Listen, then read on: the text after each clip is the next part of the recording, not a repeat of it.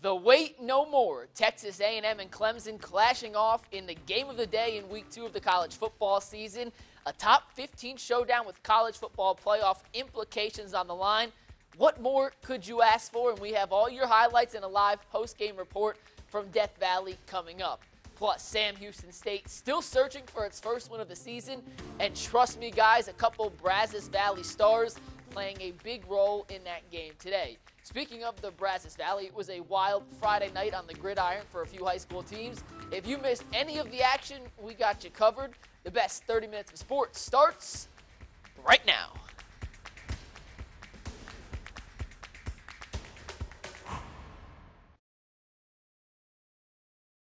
So we got a close call last year at Kyle Field, Yeah. and we know what Clemson went on to do. I think there's still a little bit of a thorn in Clemson's britches from that, and also how much A&M talked about that, and how much it has been talked about, and also people in the locker room saying we're going to do it and we're going to beat you this year. Right. Yeah. Trevor Lawrence did have a little rush last week. I think it is a bounce back week. I think Clemson's got too much, and I think that for real, the Tigers will beat the Aggies. Clemson, I'm with you. Too much talk about what happened last year, how close it was. They're going to come out to prove a point. I think Trevor Lawrence, Travis Etienne, the balance and the big playability. Clemson. Thanks for joining us on Aggie Sports Overtime. I'm Mike Lucas. Justin Woodard is in Clemson with the Aggies. We'll hear from him in just a few minutes. The game day crew in Vegas didn't think the Aggies belonged in the same conversation as the Tigers.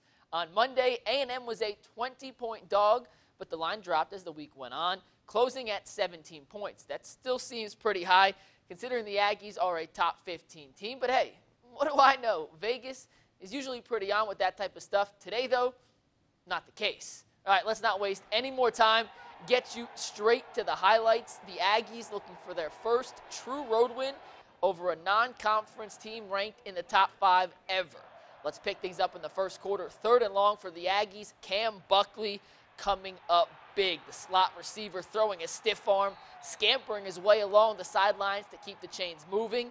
That helps set up the very first score of the game. Aggies draw blood first, a 32-yard field goal from Seth Small. And at this point in time, the Aggies had a 3-0 lead over the top team in the nation.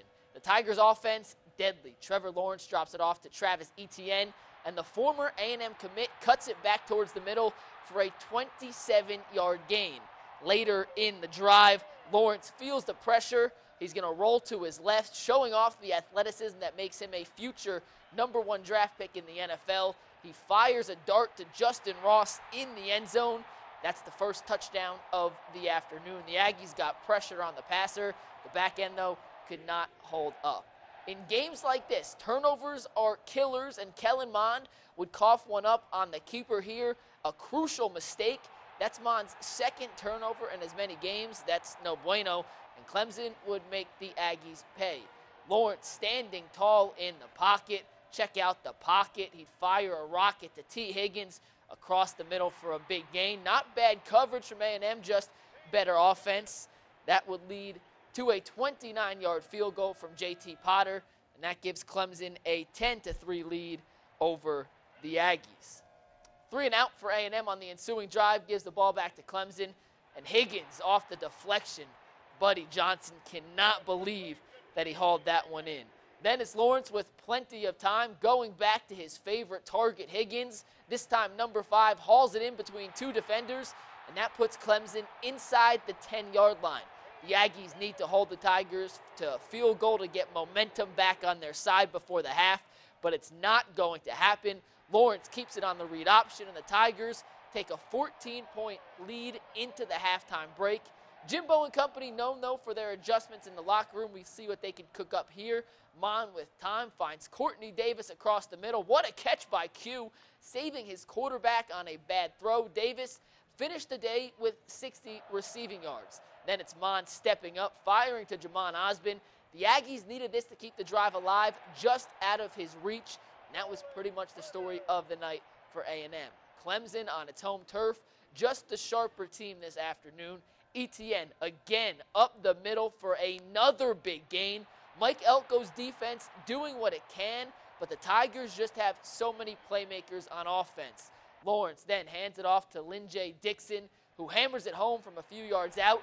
The extra point is pure, and the Tigers led 24-3 in total control from start to this point of the game. Last chance for the Aggies to make this interesting. Mon connects with Osmond on the sideline. Big game for Jamon, 7 catches for 70 yards. Later on the drive, protection breaks down. Mon tries to escape the pocket, but he gets chased down from behind for the sack. The third quarter ends, the Aggies trailing by 21. To the fourth quarter we go, the A&M offense showing a little bit of life. Mon finds Kendrick Rogers. He had that big game against Clemson last year. Not the case this time around. Then Mon tries to step up in the pocket. He gets hit, and he gets picked off by Tanner Muse inside the red zone. That's his second INT inside the red zone in as many games. Jimbo Fisher not too pleased with that one. The secondary was a bright spot for A&M last week. They had 4 turnovers against Texas State. Ronnie Elam comes up with the acrobatic pick here. However, not enough as the Tigers put up 24 points. The question now, could the Aggies capitalize on the turnover? Mond, Courtney Davis across the middle. That's a first down for the Aggies. Later in the drive, Mond finds Jalen Wiedermeyer, the true freshman, behind the defense for the score. That's at least something positive to build on for next week, but it was far little too late. A&M battled hard, but not enough as they fall to Clemson 24-10. Made the critical plays when they had to make critical plays. Our guys, I thought we played hard. I didn't think we played particularly well at times. I thought they did a good job mixing and matching some things. We made adjustments and had opportunities to make plays. But you got to make critical plays at critical moments to keep pressure going back and forth. But then I give our kids credit. We kept playing. Kids played hard. And, you know, they're a good football team. We have a good football team, but we have to play better. And I have to coach them better, and that's on me to get them in the right positions at the right time and make sure they can understand what's going on and play better, because we have a good team. And like I say, they're a good team, so we just didn't play well enough today to do what we need to do. I don't think I played up to par and, you know, what it takes to win against a team like this. You know, and if I play that way, I don't expect anybody else to play like that. So I get another week, so we'll come back week 3 and we'll look a lot sharper.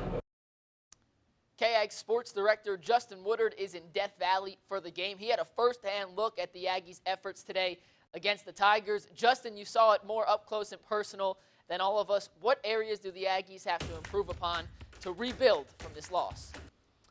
Well, Mike, if you would have told me the Aggies would only give up 24 points today inside of Memorial Stadium, I'd tell you they had a pretty good chance of walking out of here with a victory. Let's go with a 90% chance, just because the Tigers' offense behind quarterback Trevor Lawrence is that explosive. How about this?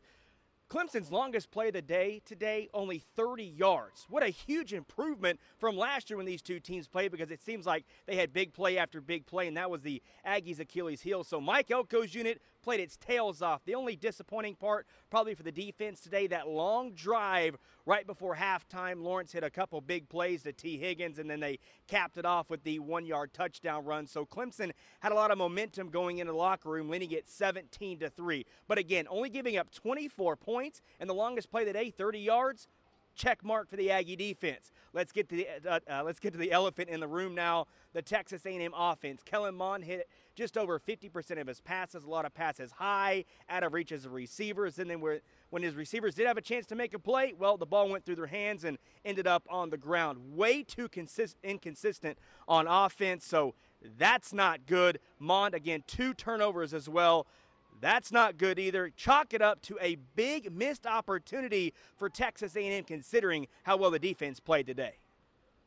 Couldn't get in the groove, and then we dropped one off the bat, then we missed one, and you know, just a hair high here, and then he started getting in the groove, and then we got some protection, and you know, he kept battling and playing well, but I didn't think he was in sync early. We just a hair off, or when he was in sync, we were dropping the ball, or as an offense, we were out of sync. You know what I'm saying? And then he kept battling and played hard. That second play, we had a chance on Buckley. Now we had opportunities, but then we had about 6 drop balls too. I mean, so what I'm saying is that if you get those plays, and all those were 15, 20-yard plays, you get momentum. And then all of a sudden your confidence, just like it happened at the end on offense, once we got a few things going, then you got confidence. And that's what we didn't put enough things together as a unit collectively to do what we need to do. I keep saying it. We have a good football team. And there's a way when you get to that level of winning against teams of that caliber who are used to winning, that it's in a learned behavior, and you have to learn how to hit those critical moments and those critical plays, like I said, to help keep pressure back on them. And that's something we're still in the process of getting to, and we need to clean up. We had our plays. I was in the red zone once through an interception. Should have been a hot route on the right side, so that was my fault on protection. And then had a key fumble on our side of the 50. So just when you're playing a team like this, you can't miss opportunities like that. Obviously, we didn't execute the way we wanted to on offense. I thought the defense did a really good job. One of the touchdowns coming off of my fumble, and then just pretty much holding them back. And offense had a lot of opportunities, and given those opportunities, we got to do a lot better, starting with me. I think we played well, but I don't think we, played to our standards. Our standards are much higher than what our standards are very high. I think that defense, we executed at times, but it's a lot of plays that we left out there, like I said. I think that we need those if we want to be a championship team.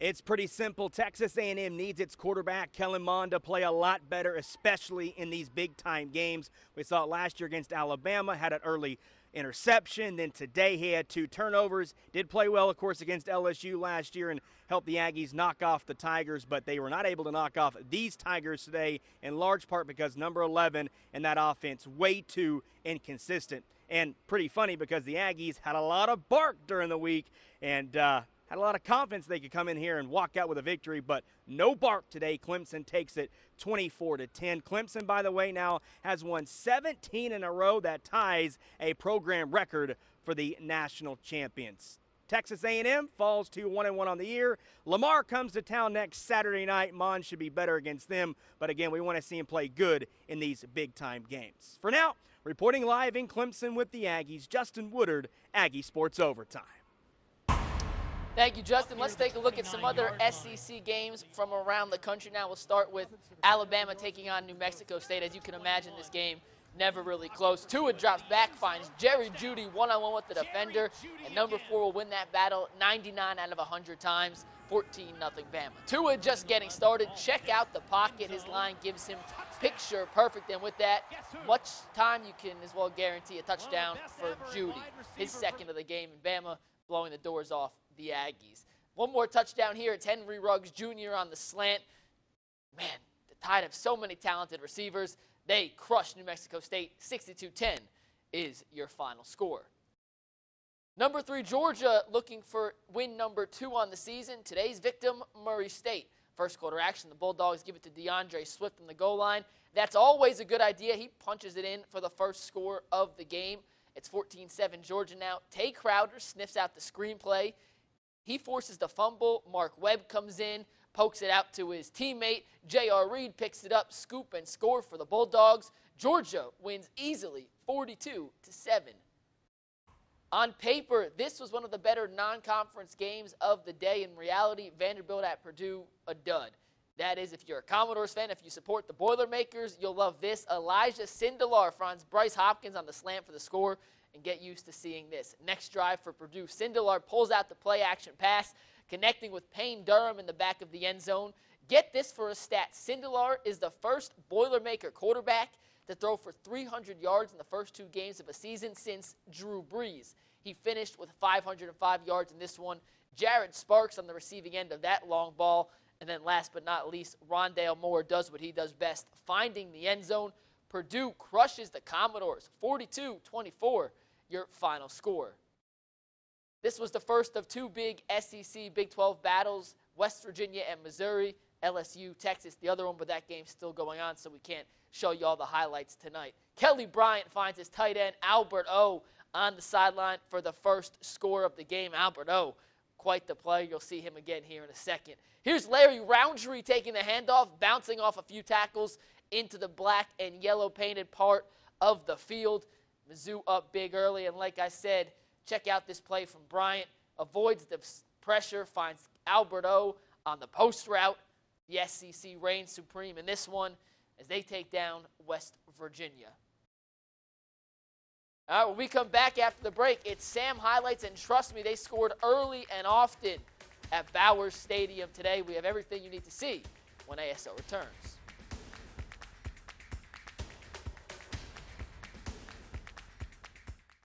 Sports Overtime on KX is brought to you in part by Gulf States Toyota. Sam Houston State almost pulled off a massive upset last week. The Bearcats led New Mexico in the third quarter, but the Lobos came back, pulled away, and secured a 39-31 win. Overall, it was a good showing for Sam, who was a team with conference championship aspirations this season. But at the end of the day, it wasn't a win, and that's what matters. Today's game against Oklahoma Panhandle, well, that's a completely different story. The Bearcats were heavy favorites coming into this matchup, and it took all of about 5 seconds to figure out why. Very first offensive play of the game for the Bearcats. Quarterback Eric Schmidt drops back, finds D. Bowens over the middle, and Bowens does the rest, spinning out of a tackle or two, taking it downfield into Aggie territory. A few plays later, Schmidt would keep the ball himself on the read option, and just like fall camp, nobody can touch the quarterback. That's the easiest touchdown he'll score all season. Bearcats up 7-0. How about some defense from Sam? Trace Mascaro forces a fumble in the end zone. Will Lockett falls on the ball, and that's Sam's first defensive touchdown on the day. I said first for a reason. Coach Keeler told me this offseason his secondary, as talented a group as he's ever coached, and plays like this show exactly that. Preseason All-American Zion McCullum with the INT. The bodies block him from scoring on my camera, but trust me, he did score on the play. That is back-to-back defensive touchdowns for Salmon. That's when this game started to get ugly. College Station native Ty Brock in a QB. He hands it off to Ife Adaye, the Mansfield product, turns the corner, and bye-bye Bearcat, he gone. That's the first touchdown of his college career. More defense now because why not? Joseph Wallace forcing the fumble. Roy C. recovers it, and that set up Brock and his boys in prime field position. Second and goal now from the 4-yard line. Brock fakes out everyone on the read option, including me, but I find the ball just in time for him to go airborne over the defense for the score. Sam led 63-0 at the half. They only scored 14 in the second. Come on, guys. And they secured the 77-0 win. Down on the JUCO level, Blinn hit the road today for its first road game of the season. The Bucks traveling to Navarro, hoping to get their first conference win of the season.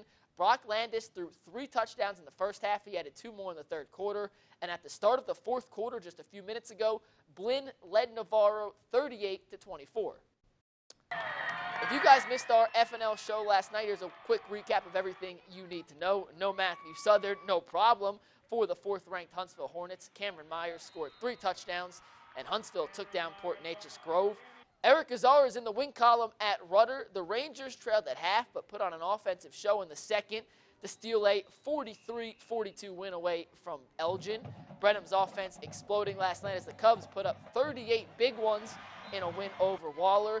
Anderson Shiro Zacharias Haight had 19 carries against Leon for 400 yards and 6 touchdowns in a big win. Buffalo bouncing back from the Week 1 loss, put a beat down on Westwood, and finally, Allen Academy led 46-0 on McDade at halftime. McDade said that's enough, so the two teams decided to call the game right then and there. For all your high school football coverage around the Brazos Valley, check out our website, kagstv.com. Coming up after the break, we'll check in on some other Aggie sports happening this weekend, including a new record for the Texas A&M volleyball team. That and more after the break.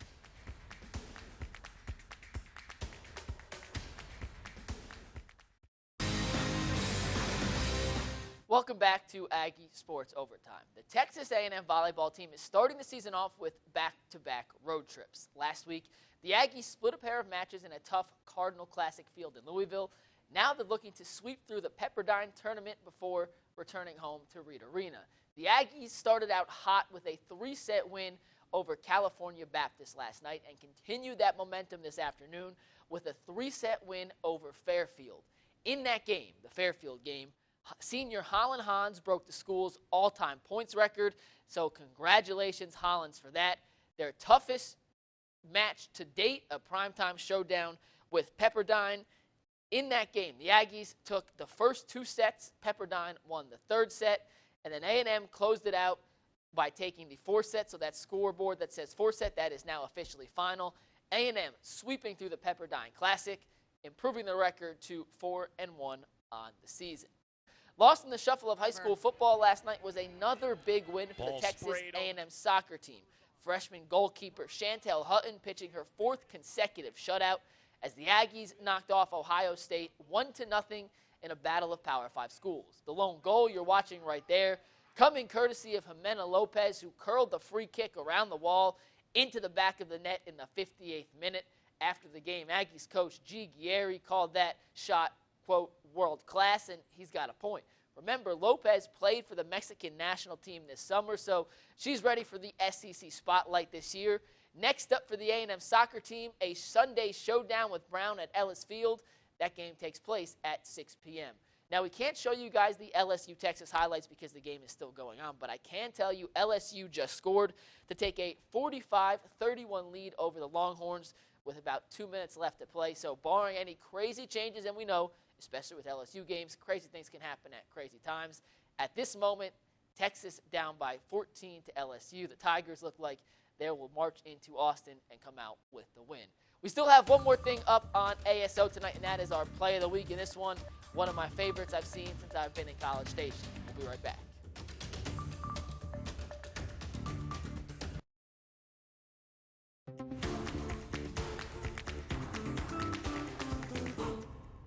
The end of ASO is always such a bittersweet moment. It means it's almost time to say goodbye to you guys tonight, but it's also time for our Play of the Week, and that's a good thing. All right, let's get to it. No more joking around. We saw this play earlier in the show, but it's worth looking at again. Check out Ty Brock, the College Station native, going up and over the defense on the short TD scamper. That's unreal athleticism for the Bearcats QB. There were so many great plays in this game. It was tough to pick just but one, but when you slow it down in slow motion and see Brock jump over the defender, I mean, how do you pick anything else?